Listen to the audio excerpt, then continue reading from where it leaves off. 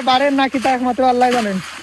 আল্লাহ কিতা মালিক ও মাই গড আমার জীবনে প্রথম ধরছি আমি শোল মাছ। এই যে তো গাইস আজ সারাদিন ধরে খালি পাহাড়ের মধ্যে মাছই মারলাম। এটা 3 নম্বর খাল, এটার মধ্যে প্রচুর পরিমাণে পানি, এতটুক পানি। এটা আসতে কত সময় লাগবো আপনারা অনুমান করিয়া দেখুন। এখন আমরা এটা ইসমু, জানি না কত সময় লাগবো, তবে আজ সন্ধ্যা হয়ে গেলেও এটা ইসিয়া যাইমু। তো আপনারা সবাই সাথে থাকুন। আজ যত মাছ আছে পাহাড়ের সব মাছ নিয়ে বাড়িতে দিতাম গিয়া। এটা একটু বান খারিয়া দিই, পানিটা নামুক।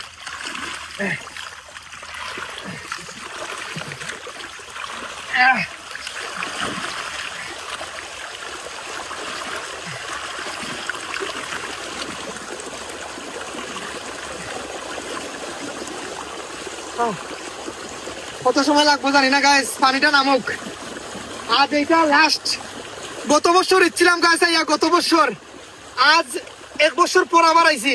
এবার কেউ ইচ্ছে না, এবার এই সর্বপ্রথম আমি ইসলাম। এগুলোতে বন্যা ওই সময় এতটুক পানি থাকে, এখানে মানুষের হাঁটাহাঁটি চলাফেরা করার জায়গা থাকে না।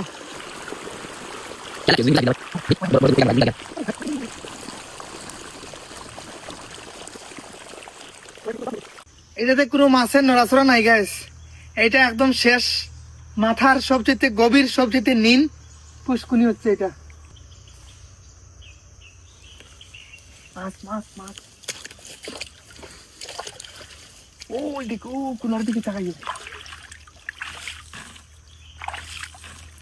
গাইস। এবার সবচেয়ে বেশি ভয় লাগে, এইটা সাপ আছিল না মাছ আছিল আমি জানি না, অনেক নম্বর একটা মনে হয় এটা সাপ আছিল।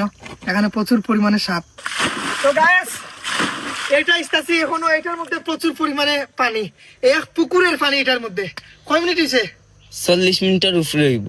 40 মিনিটের উপরে হয়েছে। আমরা শুধু পানিটা হিসরামি, কিন্তু এইটা তো আর শুকায় না। এটাতে কমপক্ষে 2 ঘন্টা সময় লাগবো। ইয়া আল্লাহ গায়েস, দেখেন কতটুক পানি আমরা হিচ্ছি। ওই দেখুন পানি শুকাইয়া কইতে কি আর 30 মিনিট বের তো যাব।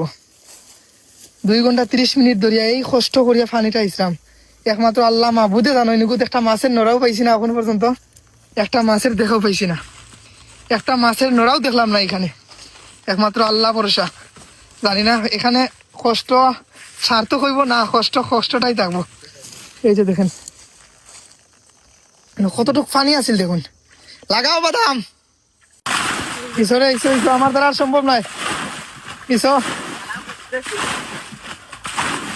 জীবনে মাছ মারাত না। ওকে দেখিলাম মাছ কিলা ধরি আমি।